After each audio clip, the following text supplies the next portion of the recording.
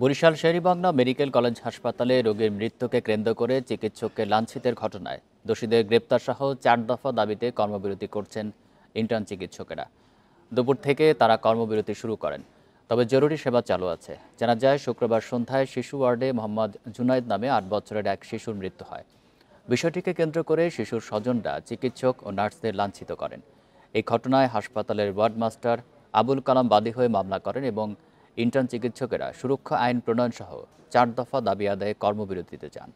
হাসপাতাল কর্তৃপক্ষ জানিয়েছে, সংকট সমাধানের চেষ্টা চলছে। সকালবেলা টিকিটগুলো বিক্রি করে কিসের জন্য, আর এই ভর্তি কিসের জন্য লেখছে?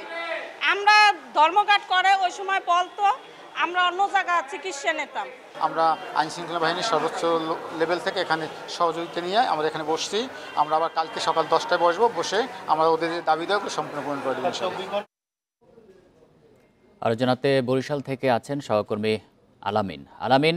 চিকিৎসকের কর্মবিরতিতে চিকিৎসা সেবায় কি ধরনের বিঘ্ন করছে জানাবেন, আর সমাধানের উদ্যোগ নেওয়া হয়েছে, কি ধরনের উদ্যোগ নেওয়া হয়েছে জানাবেন।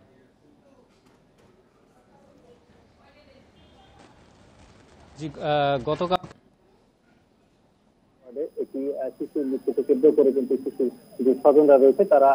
কিন্তু শিশুর যে স্বজনরা রয়েছে তারা হাসপাতালের যে চিকিৎসক এবং নার্সদের কিন্তু লাঞ্ছিত করেছে। সেই বিষয়টিকে কেন্দ্র করেই কিন্তু চিকিৎসকরা আজকে বিভিন্ন আলোচনা করেছেন এবং তারা বলছে বারবারই কিন্তু এই ধরনের ঘটনা ঘটছে,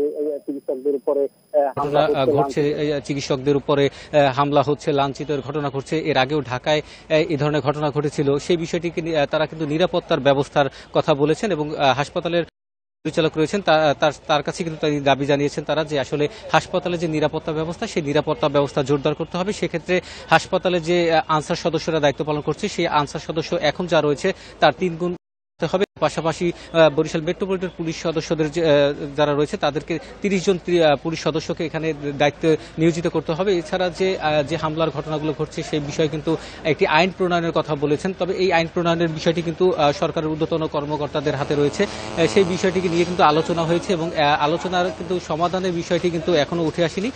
হাসপাতাল কর্তৃপক্ষ যেটি বলেছেন যে আসলে তারা এই বিষয়টি নিয়ে আগামীকাল সকালে বৈঠক করবেন। এই বৈঠকের মধ্য দিয়ে তারা আসলে তাদের এই যে বিষয়গুলো রয়েছে সেই বিষয়গুলো সমাধানের চেষ্টা করবেন এবং হাসপাতালে যারা ইন্টার্ন চিকিৎসক রয়েছে তারা যেটি বলছেন যে আসলে তারা চিকিৎসা সেবা কিন্তু জরুরি বিভাগের যে চিকিৎসা সেবা, সেই চিকিৎসা সেবা চালু রেখেছেন। তবে তারা যেটি বলছেন যে তারা কিন্তু হাসপাতালে প্রতিনিয়তই ডিউটি দায়িত্ব পালন করে থাকেন।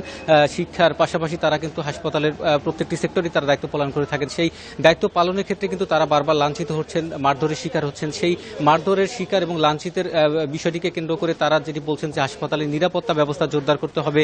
হাসপাতালে যে পরিমাণ রোগী ভর্তি থাকে, সেই রোগী ভর্তির ক্ষেত্রে একজন রোগীর সাথে একাধিক স্বজন থাকে। সেই একজন স্বজনকে তারা নিশ্চিত করতে বলছেন যে আসলে একজন যদি থাকে সেক্ষেত্রে কিন্তু আসলে হাসপাতালে যে ভিড়, সেই ভিড় কিন্তু কমে আসবে। সেই বিষয়গুলো কিন্তু তারা দাবি জানিয়েছেন। তারা বারবারই বলছেন যে হাসপাতালে যে শয্যা রয়েছে সেই শয্যার বিপরীতে কিন্তু 2 থেকে 3 গুণ রোগী ভর্তি থাকছেন এবং প্রত্যেকবারই কিন্তু আমরা দেখছি যে সেই 2 থেকে 3 গুণ রোগীর কারণেই কিন্তু প্রতিনিয়ত কোনো না কোনো ঝামেলার সৃষ্টি হচ্ছে। সেই ঝামেলা থেকে তারা মুক্তি চাচ্ছেন এবং তারা বারবারই বলছেন যে আসলে এই যে সংকটগুলো রয়েছে সেই সংকটগুলো সমাধানের জন্য হাসপাতালে যিনি পরিচালক রয়েছে তার বরাবরে কিন্তু তারা বারবার আবেদন জানিয়েছেন, কিন্তু এর কোনো প্রতিকার তারা পাচ্ছেন না। সেই প্রতিকার না পাওয়ার কারণে কিন্তু তারা তাদের কর্মসূচি ঘোষণা করেছেন এবং তারা কিন্তু হাসপাতালে যিনি পরিচালক রয়েছে তাকে 24 ঘন্টার একটি আলটিমেটাম দিয়েছেন। এই 24 ঘন্টার মধ্যে তারা একটি সমাধান চেয়েছেন যে আসলে এই থেকে তারা পরিত্রাণ চান। সেই পরিত্রাণের ব্যবস্থা করা হবে এবং হাসপাতালের যিনি পরিচালক রয়েছে তিনি আমাদেরকে জানিয়েছেন যে হাসপাতালের ইন্টার্ন চিকিৎসকরা 4 দফা দাবি তাদেরকে জানিয়েছেন। সেই 4 দফা দাবি দ্রুত বাস্তবায়নের ক্ষেত্রে তারা কাজ করে যাচ্ছেন এবং ইতিমধ্যে কিন্তু হাসপাতালের সামনে পুলিশ মোতায়েন করা হয়েছে এবং আনসার সদস্য যারা রয়েছে আনসার সদস্যদের মোতায়েন রয়েছে এবং তারা যাতে তাদের দায়িত্ব পালন করে সেক্ষেত্রে কিন্তু আসলে বৈঠক করা হয়েছে এবং আমরা দেখেছি সেনাবাহিনীর সদস্যরাও কিন্তু এখানে ছিলেন এবং তারাও কিন্তু আশ্বস্ত করেছেন যে আসলে হাসপাতালের যে সার্বিক নিরাপত্তা, সেই নিরাপত্তা ব্যবস্থা তারা জোরদার করবেন। তো এই ছিল বরিশাল থেকে আমার কাছে। বরিশাল থেকে জানাচ্ছেন সহকর্মী আলামিন।